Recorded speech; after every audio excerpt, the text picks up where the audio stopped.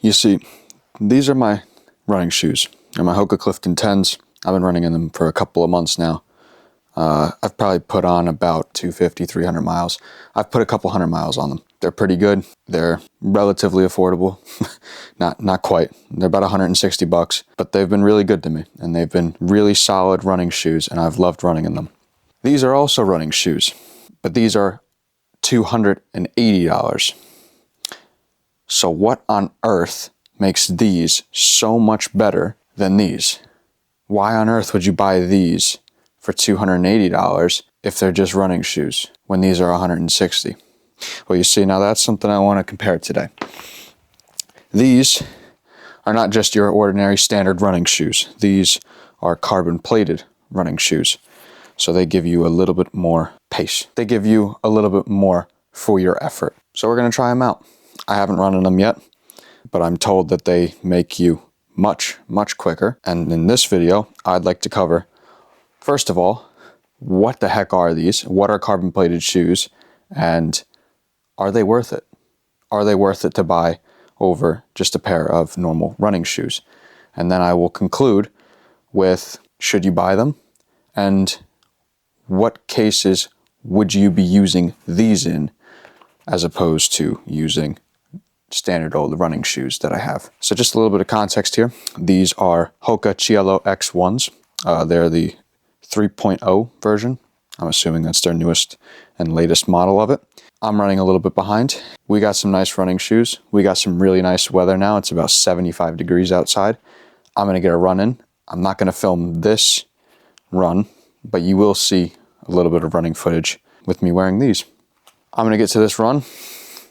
I'm going to see how it is, and you're going to get my first time reaction of running in these right after this short 30-minute run. I saved this run specifically for using these new shoes because it's a super easy run, and it's something that doesn't have a lot of variation. It's just a 30-minute base run. It's a recovery run. But I thought that it would be a good indicator of, well, are these shoes, how good are these shoes? And what use case scenarios do they actually help you with your performance? So that's what we're here to find out. With that said, I'm going to get these running shoes on. We're going to get outside, get this running, and you will get my reactions in just a minute.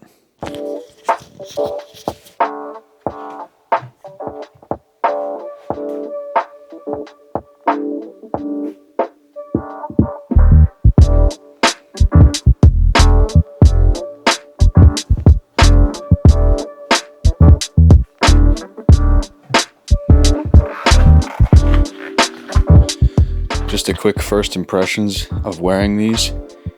These feel crazy different.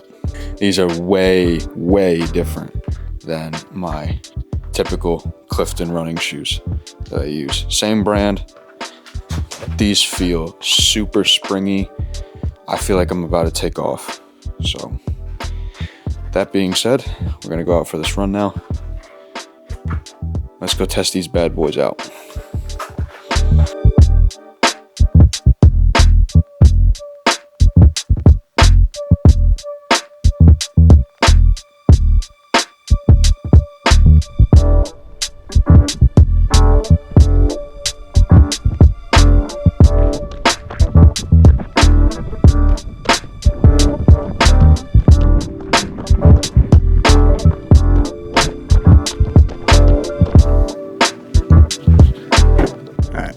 I don't have a ton of time, but I just got done running with the Cielos. My God, do they make a difference.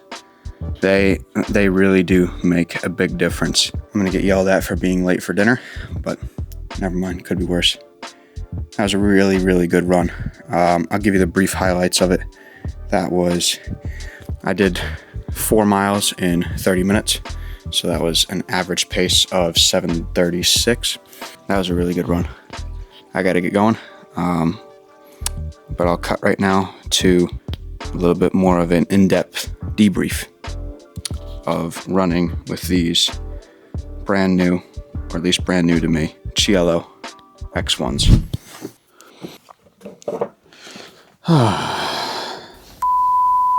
Alrighty. Well, It's the next day. It's after doing my first run in these shoes. And I gotta say, they're absolutely amazing. They are really good. But now I want to talk about what exactly they are, what makes them so much different from your typical running shoe. And I also want to go into, are they really worth it? And I kind of want to twist what I said at the beginning, because at the beginning I kind of wanted to compare it to a standard running shoe and if you should buy these or if you should just buy regular running shoes. I actually want to twist that. You should absolutely just get standard running shoes. But should you get this as a race shoe? Should you buy this in addition to your normal running shoes? Because these are not training shoes at all. These are absolutely 100% race ready shoes. That's what their main focus is. I mean, if you even go on the Hoka website, you can see that it literally says racing. It doesn't say training shoes or just regular running. It says race shoes. That's what they're designed for, and that's how I'm going to treat them now. But they are fantastic. They really are. Just a little bit about how they are made up. So you can see that the sole here, the bottom part, is fairly substantial. I'm just going to go grab the other shoes that I have. These are my Hoka Clifton 10s. They're fairly similar in terms of the amount of foam, at least from the outside, how it looks. The amount of foam is similar. However, this foam is called Peba, I believe. Peba foam. Yes, Peba foam. And it's significantly more responsive when you put your foot down. How it basically works is there's a carbon plate and it slots in between here, and on top of the plate and on the bottom of the plate, there is this Peba foam, which is super responsive. And this carbon plate has got like a curve to it. It's like a rocker, so it goes like this, kind of like the natural flow of, I'm going to do it for the front one here, kind of the natural flow of running, how your foot would progressively go through the motion of taking a step. And this plate acts like a lever to increase propulsion and to also decrease the amount of energy that it is required when you're taking the step, which improves efficiency. Basically, it acts like a springboard. That's the short notes of it. It acts like a springboard that makes you run faster and saves energy, which it absolutely does. I felt like I was able to sustain a 7:30 pace very easily with running in these shoes compared to running in my Hoka Clifton 10s.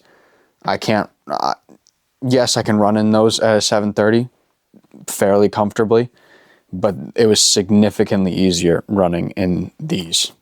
So I'm just going to bring up the results. I don't remember if I said in the last clip yesterday what the times were, so I'm just going to bring those up right now. The run that I did yesterday in these Cielo X1s, so I did 32 minutes yesterday. I did a 7:36 minute per mile pace, so 4.22 miles in total. And the previous run that I did in these, to get a baseline, I did 30 minutes and that was 3.75 at an 8:03 minute per mile pace. Heart rate on the run with my Cliftons was a 149, and my heart rate running in these, the average was a 151. Fairly similar heart rate, and I was so much quicker in these. I checked my watch at 30 minutes exactly just to see what the distance was. It was pretty much spot on 4 miles. I think it was like 3.98 or 3.99 after 30 minutes. So there's basically a quarter-mile difference in between these two shoes here, which is fairly substantial. That's quite a big jump. I think they're amazing. I think they're awesome. I also like the color of them too, but I'm getting off track. I want to go back into this. So this carbon plate, how these shoes function, like I said before, carbon plate, the foam in between. The stiff plate works with the foam to minimize energy loss on landing. So when you're putting your foot down, you're not losing as much energy when you go into land, which generates more energy when you go to push off of your foot again, off of that toe, which this reduces the workload on the calf muscles. So they don't have to work as much when you're going to push off of your, I don't know if you can see my foot there, but you don't have to put as much energy into pushing off, which helps reduce the amount of workload that are on the calf muscles, and it also helps to reduce the workload of the Achilles tendon, since it limits bending at the toe joint. Curved nature of the plate, which is often called a rocker, helps the heel lift faster, which shifts your hips over your center of gravity quicker, which causes more force production. And studies have also found that the carbon-plated shoes provide a 2 to 3% improvement in running economy on flat surfaces, which translates to a 1 to 4% faster pace amongst marathon runners. Rough terms, that's about a 5 to 10 minute savings. At the same heart rate, or similar heart rate, similar effort levels, and same exact other circumstances such as the weather, road conditions, etc. That's fairly substantial. That's the carryover of the science behind these shoes into reality and into your running pace. It's about a 5 to 10 minute savings on a marathon. But I'm gonna put here a huge asterisk. There's a big caveat with this. These shoes are not meant for, how do I put this without being rude, slower runners. You have to be running at a faster pace in order to get the maximum out of them. So I'm just gonna go through a couple of the pitfalls now that I've kind of found with these shoes, and just even doing one run with them, I've kind of noticed a couple of different flaws and possible issues and possible reasons as to why you might not want to spend the $270, $280 that it costs for them. And the first thing, like I just said, it's really not meant for slower runners. Don't factor in emotion into that. That's just the reality of it. The benefits are just dramatically reduced at slower speeds, since the effects are primarily when more force is put on the carbon plate and on the responsive foam. It needs more energy, which requires more force, which requires a faster pace. That's just how they work. Yeah, there's nothing really more to say with that. Another thing that I found, and I could definitely tell, they definitely feel less stable. So going around corners, or if it's an uneven surface, you have to be a little bit more intentional with your step. Your ankle can roll much easier in it, specifically because these are lighter shoes. So this outer wall here, the outer sides, they're much thinner. It's much less substantial than this. I mean, this is rigid, solid. I don't really have a problem running in these. I don't have to really think about it. I just run. These, on the other hand, it's much more flimsy. You got to be a little bit more intentional and take a little bit more precaution when you're taking each step, especially if the ground is a little bit uneven. They do also have a significantly shorter lifespan than the Hoka Clifton 10s that I have right there. Your typical running shoe lasts between 300 to 500 miles.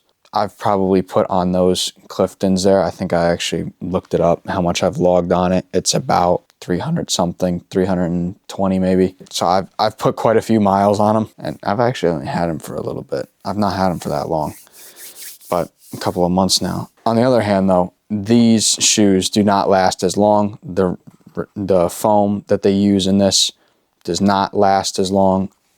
The recommended range of how long you should be using them for is between 150 to 200 miles, which is, a lot less compared to a shoe like this.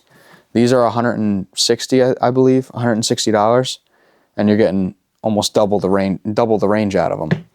These are twice the price, half the range. Just a consideration, but then again, these are racing shoes. Yeah, you really, if you do get these shoes, I would reserve them almost exclusively for races and maybe incorporating some tempo workouts. But I also wouldn't wear them for every tempo workout or every sprint workout, what I mean by that, because it warps your sense of speed. It makes you feel faster than you might actually be. Because when you go into those shoes, you feel like you got cement bricks on your feet. It's so much different because they're heavier and you can really feel it, and it's not as responsive. You don't have as much of a push off as you do with these right here, which can lead to significant variations in your average pace. Which is why I would really reserve them for maybe run tests, races, and a couple of sprint workouts. Obviously use them, of course. You have them, use them. But I wouldn't get too reliant on them, and I wouldn't use them as the main indicator of your pace. Actually, you know what, now that I say that, I wouldn't do my run test in these, because it would dramatically increase how fast I ran it.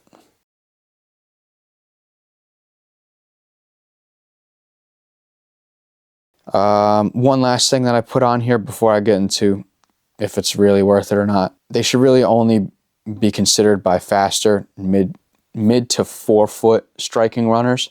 People who heel strike, you're not going to get as much of a reaction from it. You're not going to feel as much of the effects from it. It's a rocker system. It's meant to be on your basically midfoot, midsole, right here in the middle, and springing off of your toe.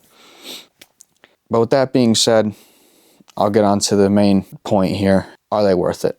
Yes and no. Yes, if you are a very strong runner and feel as though you have extracted as much out of your training as you really can, and you're looking for every incremental small little advantage that you can get, then these shoes are probably worth it. For the $270 asking price on them, it's a lot, but they do really have that much of an impact on your run pace.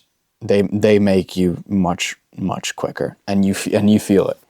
But I would not get them if you run slower than an 8:30 average pace on longer runs, because otherwise you're not getting the most out of them. And a shoe like this is perfectly fine.